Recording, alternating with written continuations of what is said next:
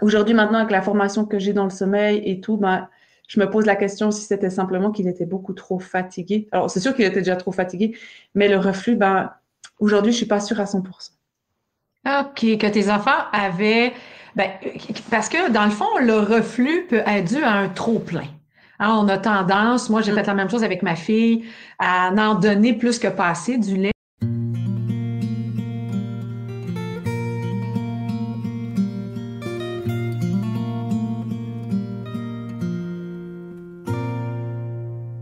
Bonjour les parents, ça me fait plaisir de vous renouer avec vous une fois de plus hein, pour vous parler du sommeil. C'est tellement une passion chez moi et chez Marion qui m'accompagne pour notre balado. Comment s'appelle-t-il, Marion? SOS dodo, percevoir le dodo au-delà des stratégies. Oui, c'est ça. Alors, ce qu'on veut à travers ce balado-là, vous l'avez sans doute compris si vous avez écouté quelques épisodes, c'est qu'on veut pas parler de stratégie en soi. On veut que les parents comprennent hein, comment ça fonctionne le dodo, comment fonctionne la relation de l'enfant avec le dodo, pour que chaque parent puisse trouver la meilleure recette pour permettre à son enfant de développer les meilleures habitudes possibles de sommeil parce que peut-être vous autres, les parents, vous vous en rendez pas compte, mais c'est pas le sommeil le problème. Les enfants ont rarement des problèmes de sommeil. C'est pas physiologique, c'est pas neurologique. C'est souvent dans la relation entre le parent et l'enfant. Sauf que aujourd'hui, Marion et moi, on va parler de RGO. Qu'est-ce que ça veut dire déjà RGO, Marion? Reflux gastro-œsophagien. C'est en plein ça. Puis là, je pose des cols à Marion. Hein. Des fois, ça se peut qu'elle n'ait pas les bonnes réponses, mais c'est pas grave. On est ensemble pour se soutenir. Alors, avant d'aller plus loin, je me présente, je suis Brigitte Langevin, experte en éducation du sommeil depuis plus de 25 ans.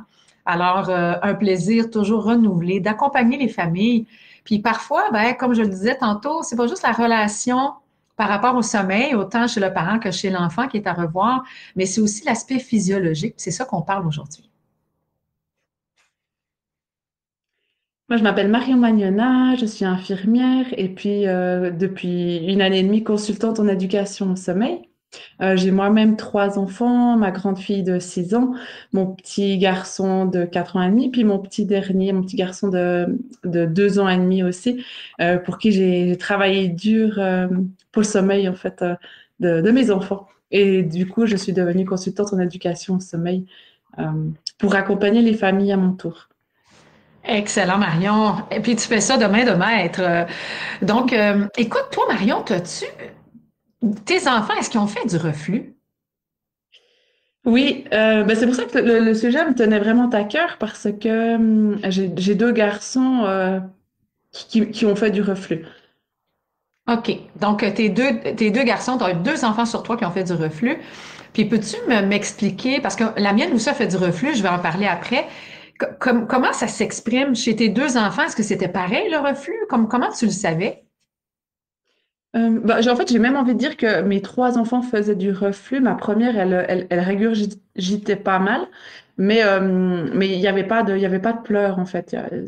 C'était asymptomatique, donc ça se passait bien. Puis mes deux garçons, ben, il y avait beaucoup plus de pleurs quand même. Puis euh, je sais pas, je pense que c'est aussi le profil de l'enfant. Mais là, peut-être je vais dans une autre direction.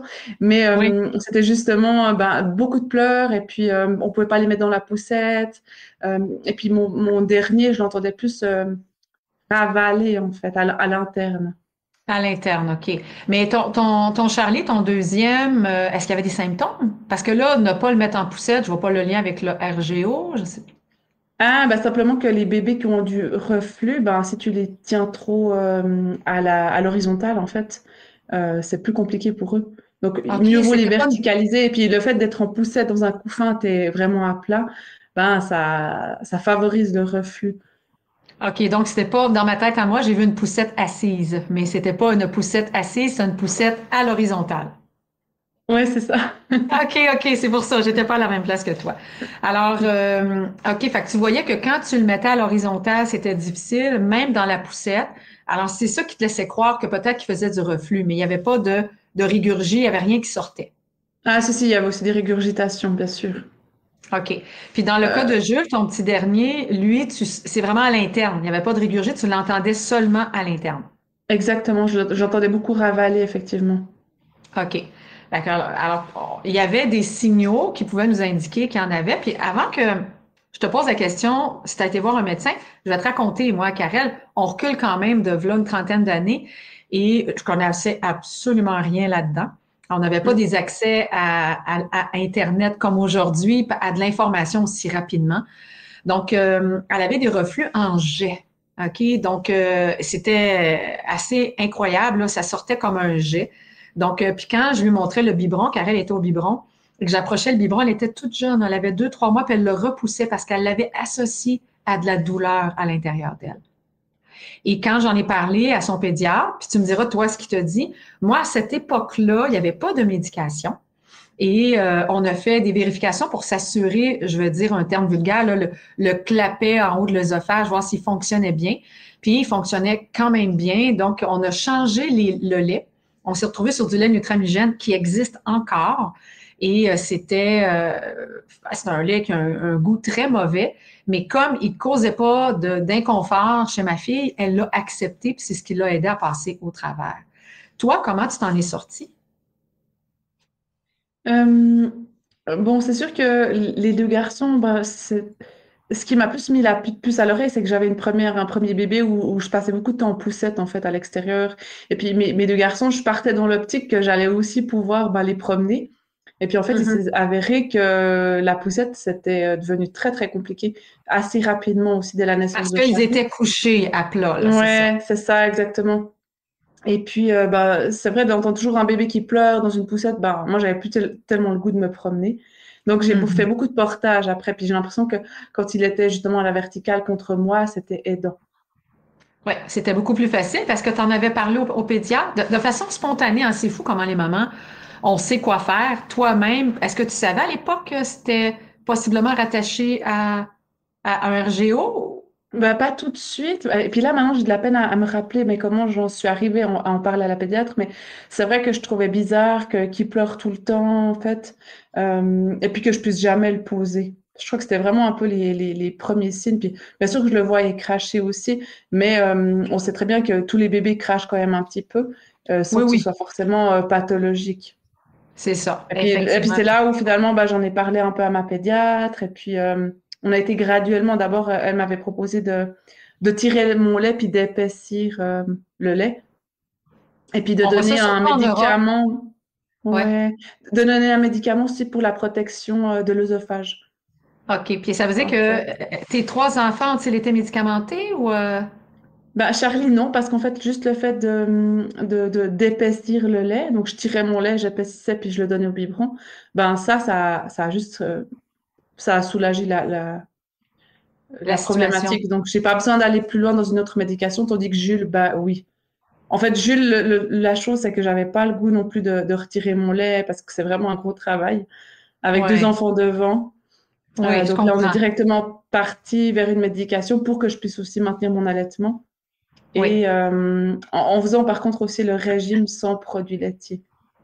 OK, donc tu as fait un régime d'éviction, ce qui est très fréquent ici au Québec. Ouais, Moi, j'entends beaucoup de ouais. mamans me dire dû au reflux parce que je ne sais pas si c'est comme ça chez toi, mais les médecins sont beaucoup plus frileux maintenant, les pédiatres, à donner la médication avec le reflux gastro-œsophagien parce que ça a un impact surtout sur l'absorption. OK, l'acidité gastrique est importante pour l'absorption de certains nutriments. Puis l'acidité, si on la supprime de façon continuelle, ben, ça peut entraîner des carences en calcium, en vitamine B12. Puis ça, c'est un impact seulement. Là. Les autres, on n'en parlera pas aujourd'hui. Fait que les enfants sont de moins en moins médicamentés. Donc, c'est la maman qui doit faire des régimes d'éviction. Fait que toi, tu as connu ça, le régime d'éviction. Oui, exactement. Pour les deux garçons, finalement, j'ai fait ça. OK. OK. Puis, est-ce que tu avais vu une amélioration marquée pour Jules particulièrement? Oui, je pense que oui, parce que finalement, j'ai quand même continué la médication, mais au jour d'aujourd'hui, je suis pas complètement sûre. Je sais pas, j'ai des doutes un peu Attends, sur tout qu'est-ce que ça. tu veux dire? Je trouve ça intéressant. Là, tu ouvres une porte. Qu'est-ce que tu veux dire? Tu as des doutes. Parce que bah, j'étais pas encore formée dans le sommeil, puis c'est sûr que ma première fille, ben, c'était facile le sommeil, donc je pense que je m'attendais à avoir deux enfants où ce soit quand même plus aussi facile. Et puis, ben, finalement pas. Et je pense de ne pas avoir été assez informée sur le sommeil, ben, j'ai tout de suite pensé que c'était du reflux. Les pleurs, j'ai pas forcément pensé à la fatigue, j'ai pensé plus à un mal-être physique. Et aujourd'hui, maintenant, avec la formation que j'ai dans le sommeil et tout, ben, je me pose la question si c'était simplement qu'il était beaucoup trop fatigué. Alors, c'est sûr qu'il était déjà trop fatigué, mais le reflux, ben, aujourd'hui, je suis pas sûre à 100%. OK, que tes enfants avaient, ben, parce que dans le fond, le reflux peut être dû à un trop-plein. Hein, on a tendance, moi j'ai fait la même chose avec ma fille, à en donner plus que passer du lait, OK? Puis finalement, il y avait du reflux parce qu'il y avait un trop-plein. Et aujourd'hui, ben, cette tendance-là se maintient avec le temps. Est-ce que toi, tu avais l'impression que, comment je pourrais dire, que tu faisais en sorte qu'ils boivent plus que passer, tes cocos? Ben, la chose est que, justement, quand Jules ne dormait pas bien dans les 6 premiers mois, ben, c'est vrai que Jules, je l'avais tout le temps au sein. En fait, la façon de le voir dormir de jour et de nuit, ben, Jules, c'était de le mettre au sein. Donc, c'est sûr que la nuit et l'après-midi, quand, par exemple, j'avais pas le goût de faire du portage, j'étais fatiguée, puis que on était un peu sur le canapé, ben, je l'endormais au sein. Puis dès qu'il y avait un micro-réveil, je le remettais au sein. Et lui, il cherchait aussi ça. Donc, c'est sûr qu'il y avait tout le temps du lait qui rentrait en lui. Pareil la nuit. Puis, c'est sûr, ben, ça peut que favoriser un reflux aussi. Tellement, tellement. Puis c'est pas évident parce que le reflux, c'est un symptôme qui est réel, OK?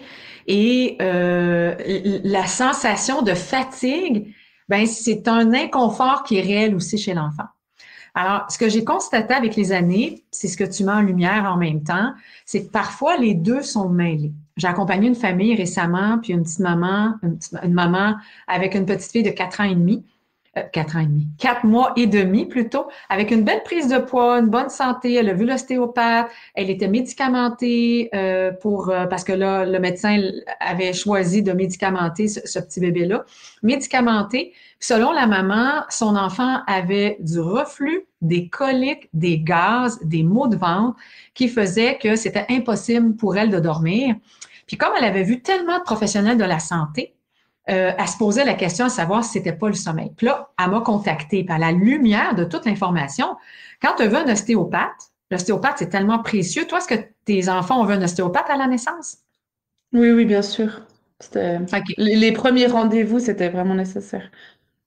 C'est ça. Alors, on voit un ostéopathe, on veut s'assurer qu'il n'y a pas de tension dans le corps du bébé parce que la naissance, c'est quand même quelque chose. Puis le temps passé dans le corps de la maman, très aléatoire dans les derniers mois aussi. Donc, fait que, tu sais, quand tu as vu un ostéopathe, tu as vu ton pédiatre, elle a fait un régime d'éviction, OK, parce que le bébé est allaité, le régime d'éviction, et qu'il n'y a pas d'amélioration dans les pleurs du bébé avec la médication, c'est sûr que là, on peut s'interroger. Mhm. Est-ce que mon bébé n'est pas trop fatigué? Puis la maman était paniquée, là. Elle était vraiment paniquée, puis elle me dit, t'es certaine qu'elle aura pas mal? Mais l'inconfort du sommeil, c'est tellement euh, ben, je vais dire inconfortable, mais à la limite douloureux. Tu te rappelles-tu la dernière fois où tu as été très fatiguée, Marion, dans quel état tu te sentais? Alors là, comme ça, non, pas vraiment, mais oui, je sais très bien comment je suis quand je suis fatiguée. C'est sûr que je suis pas bien. C'est Et puis je ça. demande qu'une chose, c'est d'aller au lit. Ben, c'est ça, tu sais. Puis moi, à une époque, j'avais un copain dans ma vie, puis il y avait une belle famille qui était plus des oiseaux de nuit. Puis à chaque week-end, c'était comme le temps des fêtes. On mangeait trop, on buvait, puis on se couchait trop tard. Écoute, mon corps, il était 2 heures du matin, on jouait aux cartes, j'avais des spasmes, de la misère à garder mes yeux ouverts, je m'agitais sur ma chaise, j'avais plus de pensée logique parce que je jouais aux cartes, mais je faisais pas des bons coups. Puis, mais Brigitte, pourquoi tu as fait ce mouvement-là? Tu as perdu la main. Trop fatiguée, OK? Trop fatiguée.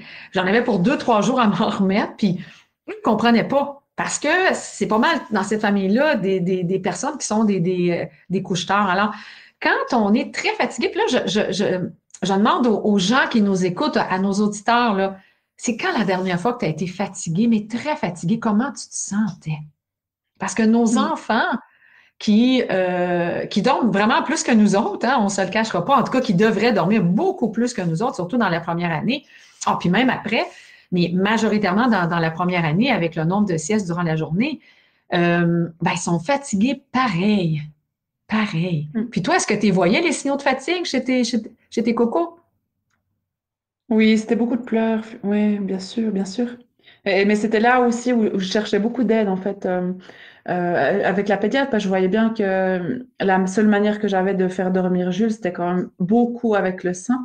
J'étais vraiment devenue salolette et puis je voyais bien qu'on était dans un cercle vicieux, mais je savais pas comment m'en sortir. Puis Jules ne prenait pas de Lolette non plus, donc c'est vrai que j'étais vraiment Une dans lolette? une impasse. Attends. Ouais, une Une suce. lolette étant une suce? OK, c'est bon. Oui. Après, ce que je voulais dire aussi, c'est que j'ai l'impression qu'il y a comme deux profils de RGO. Il y a vraiment le profil où le plus aigu dans le sens où on retrouve du sang dans les selles. Il y a vraiment ce vomissement en jet.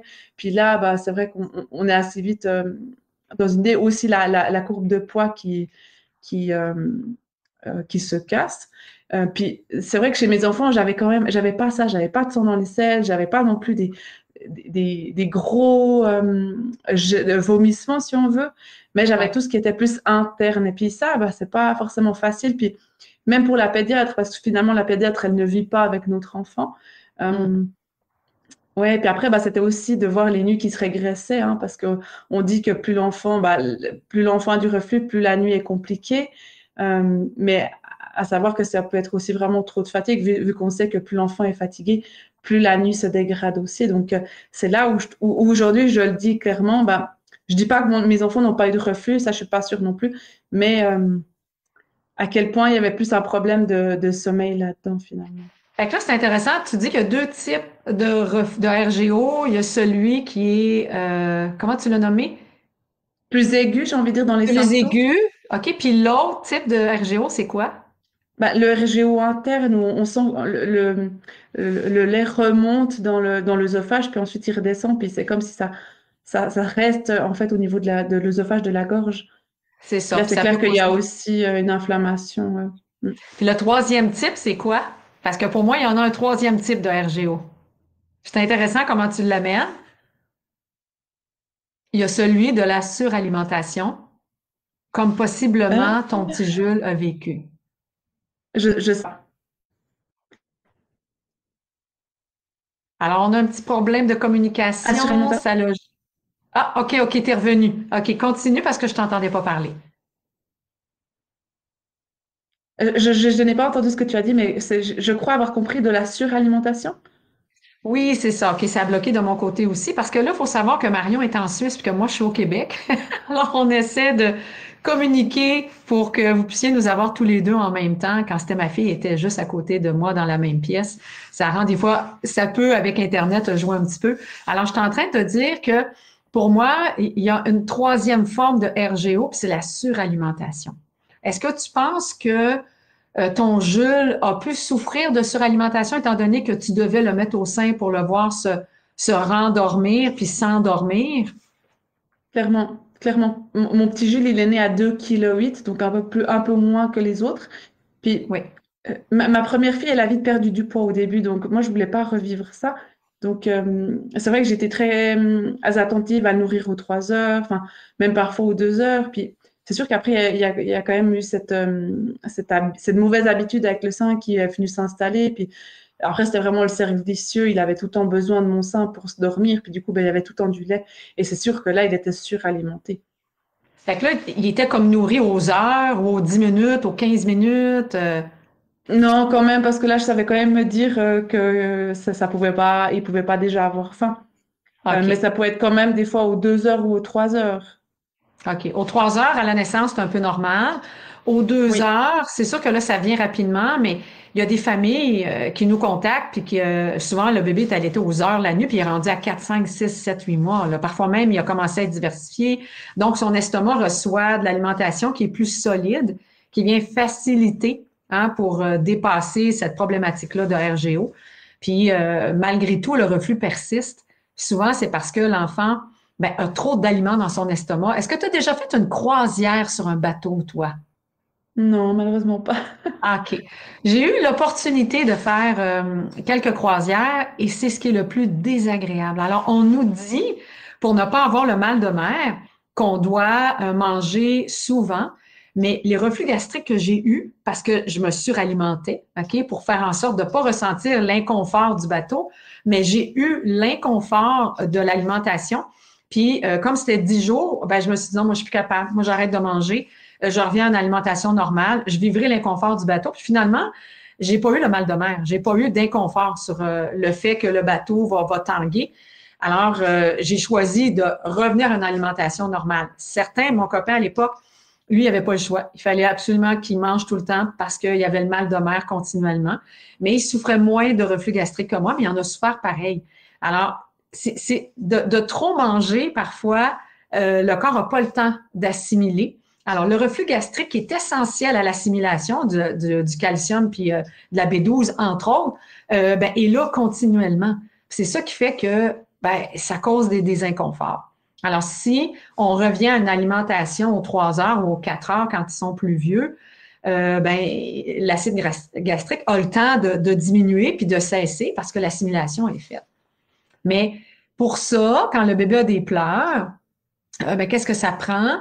Ça prend à ce moment-là un horaire et des bonnes habitudes de sommeil. C'est ce qui t'a sauvé un peu pour ton Jules? Complètement. Bien sûr, c'est ce qui nous a sauvés. Mm. OK. Fait, dans le fond, je sais que c'est à ce moment-là que tu as communiqué avec moi. Qu'est-ce qui a changé? Est-ce que tu te souviens? Je sais qu'il est rendu à 2 ans et demi, 3 ans, ton Jules. Qu'est-ce qui a changé au moment où tu as communiqué avec moi et que tu as pris soin de son sommeil, ayant fait le tour de la problématique du RGO? Euh, bah, c'est sûr que là, je savais que j'avais un bébé qui était confortable, hein, donc c'est sûr que là, je savais que le RGO était traité, mais j'avais vraiment cette impuissance à le faire dormir. Puis je voyais bien il fallait toujours mon sein derrière, et puis c'était plus vivable en fait avec 2 enfants devant aussi. Je me fatiguais de plus en plus, puis la nuit, c'était vraiment pour ma survie. Ben, en fait, il dormait dans mon lit, puis il avait mon sein à gogo, j'ai envie de dire. C'était comme on dit au Québec, buffet ouvert. Ouais, exactement. Ouais, c'est ça, c'est ça. Et je voyais bien que c'était vraiment plus possible. Puis c'était pas dans mes valeurs non plus. OK. Euh, ouais. Les valeurs de dormir avec ton bébé? De dormir avec mon bébé, puis d'être une maman moins confortable aussi, parce que j'étais fatiguée, j'avais moins de tolérance à la fatigue, j'étais moins patiente. Puis c'est sûr qu'il y avait, j'ai aussi j'avais 2 enfants devant, donc Hmm. il fallait Ton prendre sommeil, soin du sommeil de ton de sommeil à mon jeu. toi aussi. Ah non, c'est ça. De ton Jules, de ton sommeil à toi pour être Aussi, disponible pour clairement, tes oui. enfants. C'est ça. Puis toi, ben, tu es une moyenne longue dormeuse, tu as très peu de tolérance à la fatigue. Maintenant, tu le sais. Alors, c'est important que tu prennes soin de ton sommeil. Est-ce que tu m'entends, Marion? Parce que je pense que Ouais. c'est... est-ce que tu m'entends? Ouais, ça a bloqué un petit peu. C'est bon. OK, c'est bon, parfait. Alors, ce qu'on est en train de dire, c'est que tu as vraiment pris soin de ton sommeil pour... puis c'est là où tu as commencé à dire, OK, il faut que ça soit différemment. Mais qu'est-ce qui a changé en tant que tel? Qu'est-ce qui a changé le plus quand tu t'es mis à prendre soin de ton sommeil, de son sommeil, puis qui t'a surprise? Est-ce que tu t'en souviens? Ah, bien sûr, c'était que Jules, dès la deuxième nuit, puis là, je le manque pas, c'est pas du rêve, c'est vraiment la nuit 2, il a dormi 12 heures d'affilée. Avec mon mari, on était tellement bluffés que ça nous a vraiment motivés à continuer, puis ça nous a tellement soulagés aussi de pouvoir déposer notre bébé au lit, puis de lui apprendre à se laisser aller au sommeil, en fait, sans que nous, on doive bah, l'aider, en fait. Le faire pour lui. Et Le faire est-ce pour que lui, c'est comme ça? exact. C'est ça. Est-ce que c'est comme ça dans toutes les familles que dès la nuit 2, les bébés dorment 12 heures? Non, bah non. Mais dès Ben la nuit non, hein, 3. c'est ça. Non, pas 12 heures non plus, mais une nette amélioration en tout cas. C'est ça, dès la règle des 3 nuits. Donc, dès la troisième nuit, il y a une nette amélioration. Mais dans ton cas à toi, ce qui avait été très surprenant, c'est de l'avoir vu dormir autant en si peu de temps. Et là, tu savais qu'il était confortable avec son RGO parce que tu avais fait tous les examens possibles. Donc, Oui. les pleurs, maintenant, ils n'étaient plus rattachés à ça. L'habitude du sein était vraiment bien ancrée pour Jules. Donc, est-ce que Mhm. Jules a trouvé ça difficile? Est-ce qu'il y a eu des pleurs? Ah bah oui, bien sûr qu'il y a eu des pleurs. Mm. Ben oui, il y a eu des Mais pleurs. là, j'étais prête aussi, c'est sûr. Ah, t'étais prête, hein, parce qu'il fallait qu'il se passe de quoi. Puis, mais même si t'étais prête, puis que c'était la meilleure chose pour ton Jules, comment tu t'es sentie? Je me suis sentie triste, je me suis sentie... c'est sûr que j'aurais voulu que ça se passe autrement, mais en fait, j'étais tellement contente puis apaisée d'avoir enfin une solution, parce que la solution, je la cherchais depuis des mois. Hmm. Et puis je me suis dit, ben, si je veux du changement, il faut que moi, je sois prête à faire quelque chose. Puis qu'il soit différent de ce que tu faisais avant, bien entendu. Oui, c'est ça. C'est ça. Ah, c'est bien comment tu nommes ça parce que quand on est prêt, puis on n'est jamais prête à 100%, là, je pense pas que tu étais prête à 100%, que tu as mis en place une stratégie d'accompagnement de pleurs parce que là, tu les contournais, si je comprends bien, avec le sein. Des fois, c'est le sein, des fois, c'est le petit doigt, des fois, c'est le bercement, des fois, c'est le biberon, des fois, c'est le sautillement, des fois, c'est le tapotage, des fois, c'est le bécotage. Tu sais, on a mille et une façons de pouvoir contourner les pleurs de notre bébé puis de notre enfant. Mais quand on frappe un mur, je pense que tu avais frappé un mur, hein? Euh, le truc, c'est que c'était pas que le sein, c'était aussi le bercement, la voiture pour le faire dormir. En fait, on essayait vraiment toutes les manières de le faire dormir. Puis avec ça, on s'épuisait avec mon mari aussi. Donc, on n'avait pas de résultat. Puis là aussi, j'étais pas prête au début à entendre pleurer. Et j'ai fait Hmm. beaucoup de thérapies alternatives et tout. Puis au bout d'un moment, je me suis dit, OK, maintenant, il n'y a plus rien qui marche parce que j'ai aussi vu des consultantes en sommeil, hein, qui me proposaient des choses. Ben, sur le moment, je ne le savais pas, mais aujourd'hui, je le sais que c'était totalement incohérent, qui n'ont pas eu d'effet. Et du coup, je savais que j'étais prête à trouver autre chose avec les pleurs, évidemment. Ah, c'est ça, hein, je pense, hein, le fait d'avoir rencontré des consultantes qui ont soumis des choses qui n'étaient pas cohérentes. Aujourd'hui, tu le sais, ça a été une de tes grandes motivations, ça aussi, pour devenir une consultante. Et toi, soumettre de l'information plus cohérente aux parents, je pense, hein? Oui, bien sûr, bien sûr. Puis je pense par mon parcours, ben, aider d'autres familles, comme j'ai tellement cherché d'aide que voilà, j'ai aussi envie d'aider ces autres familles. OK. C'est ça, hein. Tellement chercher d'aide, ne pas en trouver. C'était comme la même chose pour moi à l'époque. Tellement chercher de soutien dans le milieu médical, dans des livres, parce que j'avais pas de ressources aussi proches que ça, là, avec Internet. Puis de pas trouver de réponse, de pas trouver de réponse, qui fait qu'on voit une amélioration. C'est ça qui nous rend tellement impuissants. Et là, toi, en fin de compte, tu avais trouvé des réponses, c'était cohérent, ça donnait du résultat. Si c'était pas dès le lendemain, c'était déjà dès la troisième nuit. Donc, comme tu dis, ça t'a apaisé. J'ai aimé ça, ce que tu as choisi comme mot, ça t'a apaisé. Oui, oui, oui. Ça m'a donné beaucoup de courage et de motivation. De motivation pour continuer avec ton fils puis lui permettre de dormir aussi bien le jour que la nuit, finalement. Exactement. Alors, la morale de l'histoire, là, si on veut clôturer là-dessus, c'est que on a mis en lumière, parce que j'aime ça, comment tu as mis ça, trois types de RGO. Donc, on a le aigu, on a le interne, puis on a la suralimentation. Ça, c'est moi qui l'ai rajouté, c'est pas scientifique, là. Puis c'est sûr que quand c'est aigu, tu as bien nommé les signaux. Euh, il faut vraiment voir toutes les spécialistes possibles. Puis, de toute façon, quand on a un doute, il faut voir tous les spécialistes. Mais quand on en arrive à la conclusion qu'il n'y a rien qui fait effet ou il est médicamenté, on sait que l'effet est là, mais que les pleurs se maintiennent, il faut trouver l'inconfort qui est ailleurs.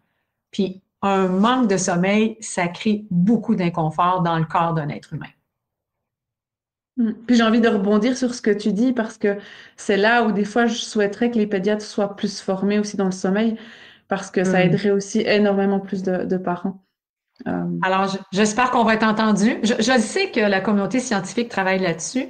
Avec Fondation Sommeil, ici au Québec, j'en entends parler. Mais effectivement, ils ont trop peu d'heures de formation, les médecins, sur le sommeil, parce que c'est pas une maladie en soi. Hein, le sommeil, c'est pas une maladie. Donc, ils ont très peu d'informations, mais avec le temps, ça va venir. Puis d'ici là, ben, il y a nous autres, hein, les consultantes en sommeil qui peuvent faire une différence. Tout à fait. Là, tu fais signe de la tête, mais personne ne te voit. Non, non, je sais. C'est très bien. Je trouve que c'est très bien ce que tu as dit. C'est bon. Donc, ça fait le tour pour toi, Marion. On se laisse là-dessus. Oui, oui, oui, c'est parfait. On se dit à la semaine prochaine. À la semaine prochaine. Bye bye. Bye bye. C'était Brigitte Langevin, experte en éducation au sommeil depuis plus de 25 ans. Si jamais tu as le goût d'en apprendre plus parce que tu veux pas que le sommeil ce soit sur un coup de dé, je t'invite à consulter mon site internet brigittelangevin.com Si jamais tu as le goût d'en savoir vraiment beaucoup plus puis d'accompagner des familles, toi aussi, comme moi je le fais, tu vas y découvrir la formation Les Amis du Dodo. À bientôt! C'était Marion Magnona, infirmière et consultante en éducation au sommeil des enfants. Si tu as le goût de consulter mon parcours d'une maman avec 3 enfants, ou si tu recherches du soutien, je te laisse consulter mon site internet je rêve de dormir.ch.